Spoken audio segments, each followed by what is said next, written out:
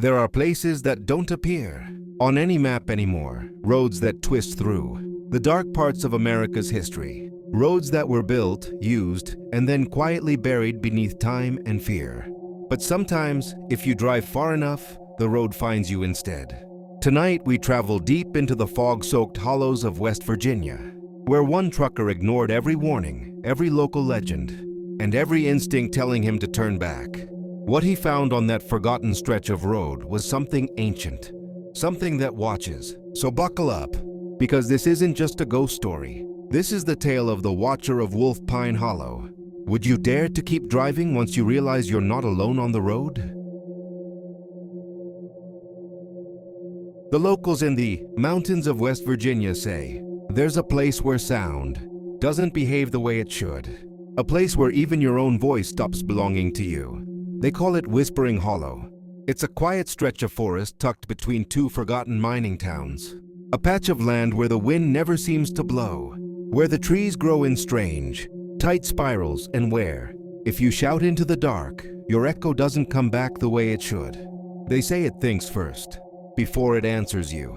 Back in the fall of 1998, a forest surveyor named Evelyn Grant was sent to map that part of the land. She wasn't a thrill seeker or a ghost hunter, just a professional doing her job. It was supposed to be a short 3-day trip, part of a state-funded environmental assessment. She never made it home. Her colleagues remembered her as the kind of woman who believed in logic, in data, in the language of soil and stone. But even Evelyn had joked before she left that the forest out there didn't look right on the satellite maps. She said the tree line seemed to move. The last anyone saw of her, she was loading her gear into a dusty government jeep. The sky was clear, the air calm, and the old ranger who handed her the keys told her one thing before she drove away. Don't talk to the woods after dark. She laughed it off. But that warning, those 7 words, were the last human ones she would ever hear. Evelyn's first 2 days were uneventful. Her journal, later found half buried under wet leaves, described the beauty of the place, the way the fog crept between, the trees like low smoke, the way the sunlight broke apart in threads of gold. But on the 3rd day, her handwriting changed.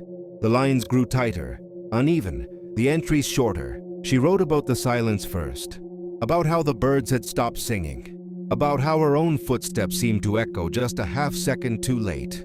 Then she mentioned hearing a voice while she was setting up camp. At first, she thought it was her radio catching a stray signal.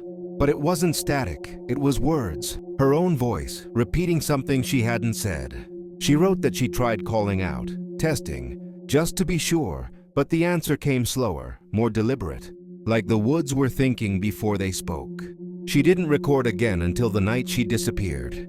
When rescuers found her camp days later, the tent had been slashed open from the inside. Her lantern lay shattered on the ground. The air smelled like iron and smoke. They found her map scattered around, all covered in frantic pencil markings, circles around clearings, X's over streams, strange symbols drawn in spirals, and one word repeated over and over again. Listen. No one ever found Evelyn's body, but her last audio log survived, half melted and warped, with her voice trembling in the darkness. She said, "It's learning how to talk faster now. It doesn't wait for me to speak first anymore." Then a pause. And then, in a whisper that sounded exactly like her own voice, the words, "Why are you here?" The tape ends there. Years passed, but Whispering Hollow never let go of its secrets. The state closed off access, blaming unstable terrain, but locals still wandered near its edge. They came back changed, or not at all. One hunter told the town sheriff he'd gone in after a wounded deer and heard someone calling his name from deep inside the fog. He swore it sounded just like his wife, but she'd been home, miles away. When he turned toward the sound, he saw his own silhouette standing among the trees, one hand raised as if waving him closer. He never went back to the woods again. Then came the hikers, the ones with the cameras. They were college kids chasing ghost stories, documenting their weekend adventure for YouTube. Their first few videos were full of laughter and bad jokes, the kind of nervous energy that comes from trying to prove you're not afraid. But by the 3rd night, the tone changed. Their last upload was only 43 seconds long. The frame is shaky, the image dark, You can barely make out the trees, the edge of a tent, a flashlight beam. One of the girls, Megan, turns to the camera and whispers, "Do you hear that?" And then, from somewhere behind her, the exact same voice whispers back, "Yes, I do." The video cuts out there.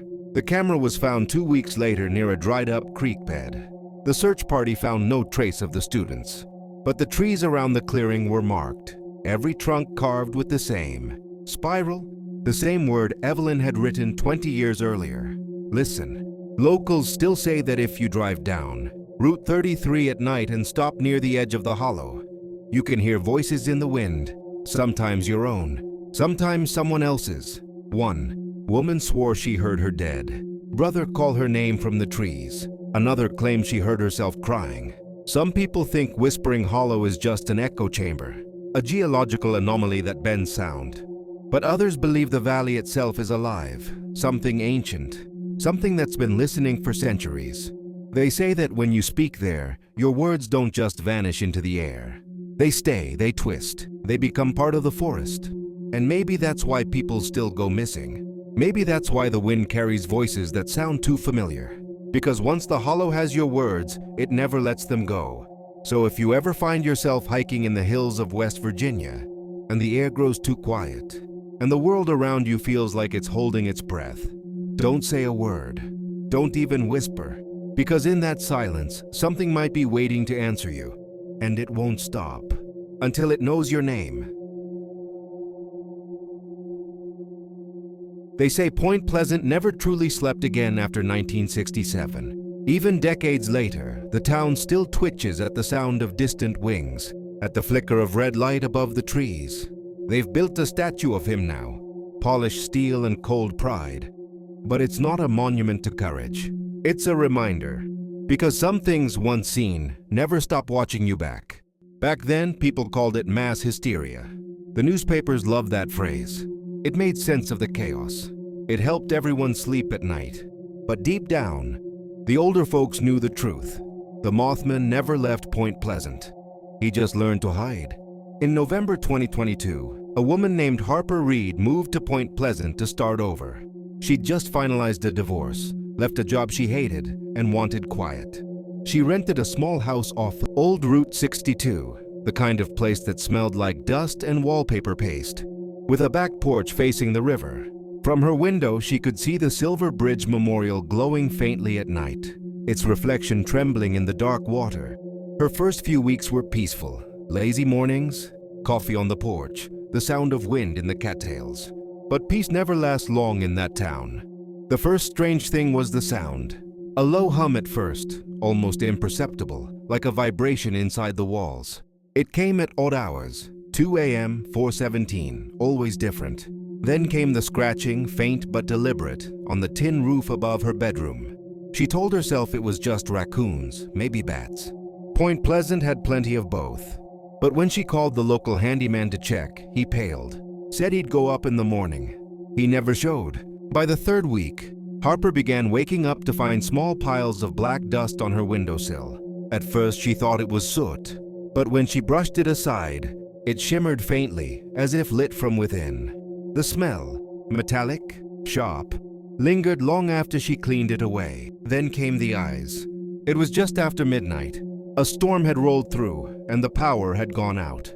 Harper sat near the window, holding her phone for light, when she noticed movement near the tree line. Something tall, motionless, watching. She froze. The glow wasn't from her reflection. It was from two red points suspended in the dark, steady, unblinking. When lightning flashed, she saw it clearly for the first time. The shape was wrong. Too thin, too tall. A set of wings, folded close like wet paper. The eyes, burning, intelligent. It wasn't animal. It wasn't man. It was something between. She stumbled back, dropping her phone. When she looked again, it was gone. The next morning, she found deep impressions in the mud outside. Not footprints, not claws. More like talons pressed deep into the earth. The sheriff shrugged it off as pranksters. Teenagers maybe, but his voice trembled. Point Pleasant had seen this before. Harper tried to rationalize it, even joked about it on a community Facebook group. The comments flooded in, half the town warning her to leave. the other half telling stories of their own encounters. One man posted a photo from a trail cam, a blurred figure with outstretched wings standing in the middle of an empty road. That night she dreamed of the bridge. In her dream, the Silver Bridge wasn't just a monument. It was alive, cables writhing, the metal groaning like a living thing. And above it, silhouetted against the red sky, hung the Mothman, its wings open wide, its eyes burning like twin suns. When she woke, her ears rang. The same low hum filled her house again. The next day, her phone recorded something strange. She'd set it on her nightstand, and the voice. Memo app turned on by itself around 3:08 a.m. The audio was faint, but under the static, you could hear breathing, slow, measured, then a deep voice, distorted but clear enough to understand. It said, "Leave before it falls again." Her house was only 2 miles from the river. The following evening, Harper decided to drive to a motel in Charleston. She packed quickly, grabbed her cat, and headed for the car. But as she opened the door, the hum returned, louder than ever, shaking the glass in the windows. She looked up. The sky was alive with wings. Hundreds of dark shapes swirled above her, moving in perfect silence except for the wind beating against the air. They circled the house once, twice, and then, in a single, violent gust, they were gone. The air stilled.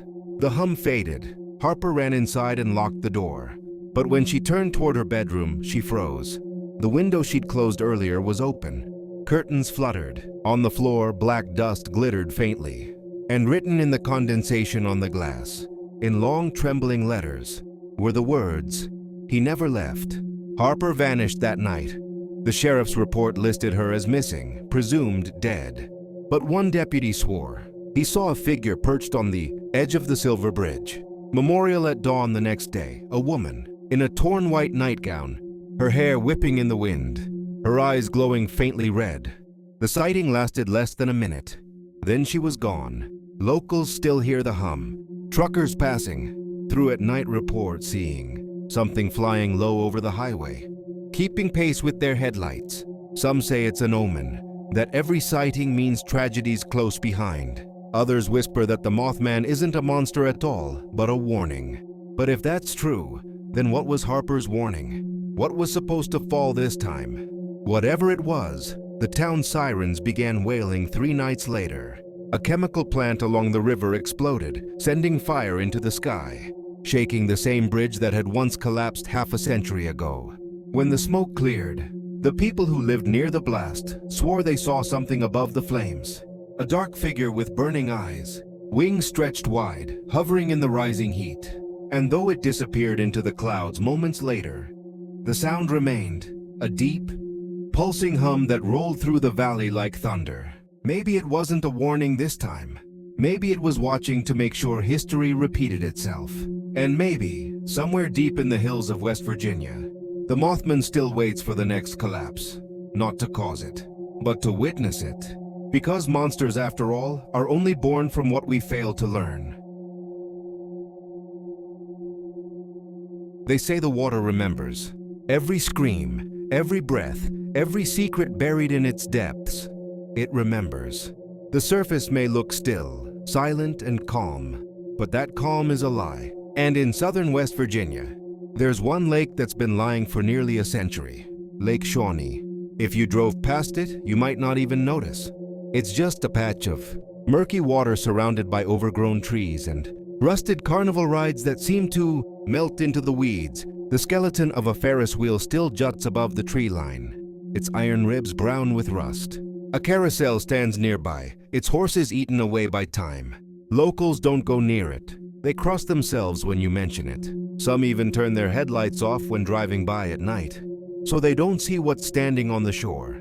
The story begins with a man named Ethan Cole, a filmmaker, a skeptic, the kind of man who believed that every haunting was just bad plumbing and imagination. In 2021, Ethan was working on a documentary called Forgotten Amusements, a series exploring America's abandoned theme parks. Lake Shawnee was supposed to be a quick stop. A few drone shots, a voiceover about nostalgia and decay. Then they'd leave. But what they found there never left them. The crew arrived just before dusk. Ethan stepped out of the van, adjusting his camera strap, squinting at the landscape. The light had a strange quality, too pale, too thin. The air felt dense, heavy with moisture. He said something like, "Perfect. This looks haunted already." No one laughed. There were 4 of them in total: Ethan, the cameraman, the sound tech named Jess, and a field assistant named Tyler. They set up near the lake, the Ferris wheel looming behind them like a skeleton frozen mid-scream. The place was quiet. Not forest quiet, wrong quiet. No birds, no frogs, not even the buzz of insects. Just wind moving through empty rides, whistling through metal spokes like a low breath. "Creepy," Jess said. "Cinematic," Ethan corrected. They got to work, setting up lights, testing mics, recording B-roll. But every now and then, the ground seemed to, a faint vibration, soft, steady, pulsing. You could feel it if you stood still long enough. Tyler joked it was just the Ferris wheel creaking, but it wasn't. The Ferris wheel didn't move. That night, when the others turned in, Ethan stayed awake, reviewing footage inside the van. Around 2:30 a.m., he noticed something strange. In one of the wide shots of the lake, just before dusk, there was movement. A ripple on the water's surface. But it wasn't wind. It was circular, like someone or something rising just beneath the surface. He scrubbed back and forth through the frame, frowning. Then just for a split second, he saw it, something pale, almost human-shaped, hovering under the water. He stepped outside, camera in hand. The night was thick. The mist had rolled in from the tree line, turning the lake into a sheet of dull glass. He crouched near the edge, focused his lens on the reflection. The light from his headlamp flickered across the surface, illuminating his own face. Then the reflection smiled. Not his smile, not the shape of his mouth. It was too wide, too deliberate. Ethan stumbled backward, almost dropping the camera. The reflection kept smiling, even when his real face twisted in fear. Then just as suddenly, it was gone. He replayed the clip on his camera screen. But there was nothing there, just still water and his own shaking breath in the background. He didn't sleep after that. By morning, Jess was gone. Her tent was zipped from the inside, her boots neatly placed outside. Her equipment was untouched. It was as if she'd simply vanished in her sleep. They searched the grounds for hours. Nothing, no footprints, no broken branches, just silence. When they came back to camp, the only new thing they found were footprints, small ones, like a child's, leading from the edge of the lake to the middle of their campsite. Ethan didn't speak for a long time. He just stared at those footprints, then at the Ferris wheel beyond them. Later that day, he found a small object near the water. A child's shoe, mud-caked, rotted, and far too old to belong to anyone alive. That night, the fog was worse. It came in waves, rolling across the lake like breath.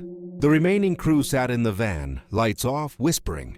Tyler swore he saw something moving between the trees. Figures, pale and thin, swaying as if underwater. Ethan finally snapped. He grabbed his camera, stepped out, and shouted into the fog, "If you're here, show yourself." The response came not as a scream, but a song, soft, childlike humming. It floated across the lake, rising and falling like a lullaby. The tune was old, unfamiliar, and somehow wrong. The notes bent, dissonant, like something was trying to imitate a melody it didn't fully understand. Ethan followed the sound to the shoreline. His light cut across the mist and he froze. Children, dozens of them, standing knee-deep in the water, facing him. Their eyes were black, their skin gray and translucent, like candle wax. They didn't move, didn't blink. Then one of them, a girl with wet hair and a torn white dress, raised her arm and pointed toward him. He turned, expecting to see Tyler or one of the crew.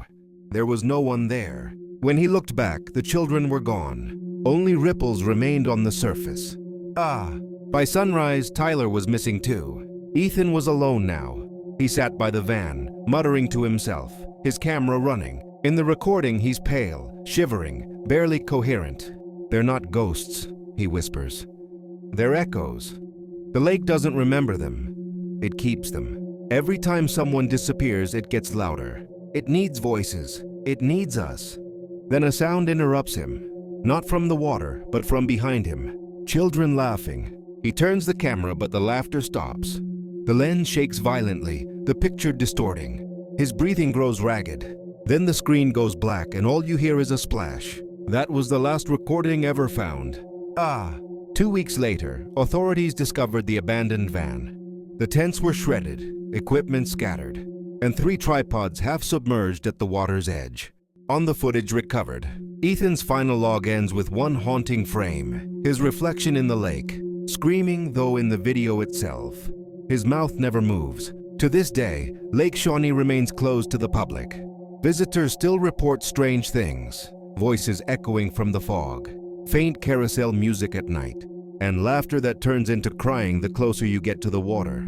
Sometimes ripples form on the surface even when the air is still. Perfect circles, like fingers pressing up from beneath. And if you lean close enough to look at your reflection, some say you'll see more than your face. You'll see someone standing behind you, dripping wet, smiling wider than any human ever could. The locals have a saying now, don't listen when the water calls your name, because once it learns your voice, it never lets go. There are roads that were never meant to be traveled. Roads that twist through forgotten woods, where maps fade and GPS loses signal. Roads that exist only to swallow the ones who find them. In the backcountry of West Virginia, past the coal towns and into the blue haze of the Appalachian ridges, there's one such road. Locals call it Wolf Pine Hollow. It's not on any map anymore. The county sealed it off decades ago after too many people vanished trying to take the shortcut. But every few years, someone ignores the warnings. And every few years, Wolf Pine Hollow takes someone new. Caleb Foster was not the kind of man to believe in ghost stories. He was a trucker, broad, quiet, and stubborn as the road itself. 20 years of late-night hauls had turned him into a creature of habit. He didn't scare easy, not at storms, not at dark woods, not at the long stretches of silence that came between small mountain towns. But one night, the mountains reminded him that silence doesn't always mean peace. It was a job like any other, an 8 after-hours delivery from Charleston to a small lumber yard on the far side of Fayette County. The night was cold and damp, fog rolling low through the hollows like spilled smoke. Caleb had driven these routes before, but that night, something strange happened. His GPS glitched. The screen flickered twice, then rerouted itself. The display read, "Alternate route found, 14 minutes faster." He hesitated. The road it showed was narrow, unnamed. But time was money, and he was already behind schedule. He clicked accept. The first few miles were ordinary enough. The road curved and dipped through thick trees. Their branches arched overhead like ribs. His headlights cut through the fog, turning the forest into a tunnel of pale light and shadow. But as the miles rolled by, Caleb started noticing something odd. The same tree kept appearing on his right, a tall pine with a lightning scar running down its bark. Then again on the left. Then a few minutes later, on both sides. He frowned. Maybe there were 2 trees, similar ones. But as the minutes passed, the repetition became impossible to ignore. Every bend, every hill looked identical. It was as if the road was folding in on itself. He turned down the radio. The silence pressed in. No crickets, no wind. Just the low rumble of the truck engine and the faint hiss of static through the speakers. That's when he saw it. A figure on the roadside, just standing there. It was tall, lean, dressed in something dark that blended with the trees. Its head was tilted upward, facing the canopy, not him. For a second, Caleb thought it might be a hunter or some local drunk. He honked once, then kept going. But 2 miles later, the same figure appeared again. Same stance, same tilt of the head. He gripped the wheel tighter. 5 minutes later, there it was again. No turnoffs, no driveways. No possible way someone could have gotten ahead of him on foot. But the figure was there, waiting by the shoulder like it had never moved. Caleb's pulse quickened. He told himself it was fatigue. Night driving played tricks on the eyes. Then his radio snapped alive. Not with music, not with voices, just breathing. Slow, ragged breathing. He stared at the dashboard, the channel number flickering between frequencies. And then beneath the static, a whisper. "Keep driving." His throat tightened. He switched it off and muttered under his breath. Probably a signal bleed, some random interference. Nothing to worry about. But when he looked up, the figure was standing in the middle of the road. He slammed the brakes, tires screaming on wet pavement. The truck shuddered to a stop just feet away. The figure didn't move, didn't flinch. Its face was pale, almost colorless, and its eyes weren't eyes at all. Just black hollows, empty and deep. Caleb blinked, and in that blink, it was gone. He sat there breathing hard, the engine idling low. Then one by one, the dashboard, lights went out, headlights, radio, power. The entire truck went silent. He stepped out, cursing under his breath. The cold hit him like ice. The forest was pitch black except for the faint blue light of the moon, cutting through the fog. He popped the hood, checked the cables. Everything looked fine, but something was wrong. He could feel it. The air felt heavier now, thick, pressed against his chest like water. Then he noticed the footprints. Bare feet, muddy, human, but long, too long. They led away from the road and into the trees. And next to them, smears on the pavement, handprints, wet, as if someone had just climbed out from beneath his truck. Caleb backed away. He wanted to leave, but when he turned, his truck door was open, and the cab light flickered on. Inside, across the windshield, handprints. From the inside, he heard something move in the woods behind him. Branches snapping, slow, deliberate. He ran. He didn't remember making the choice, only the instinct to move, to escape.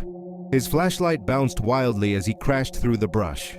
Then through the fog, he saw light, a lantern glow, small and wavering. A cabin. He stumbled toward it, panting. The door hung slightly open, creaking. Inside was stale air and the smell of burnt wood. Dust covered everything. But what made him freeze were the photographs. Hundreds of them. Pinned to the walls, stacked on the table, scattered across the floor. Every photo was of him, driving, smoking a cigarette, filling gas, sleeping in his truck. Pictures taken from outside the window, from behind the trees, from the shoulder of the road. And in every one, behind him, blurry but unmistakable, stood the pale figure. Caleb's breath hitched. He turned toward the door. It was standing there. The thing was taller now. Its skin glistened like wet bark, its face half hidden by shadow. But the smile was wide enough to split its jaw. Caleb stumbled back, knocking over the lantern. Flames leapt to life, crawling up the walls. The creature didn't move. It only whispered, in a voice that sounded like the static from his radio. "Keep driving." The cabin went up like paper. By the time rescue crews found the site 2 days later, the structure was nothing but ash. But the photos were still there, hundreds of them, untouched by fire, nailed to the foundation. Each one showing the same man in a truck.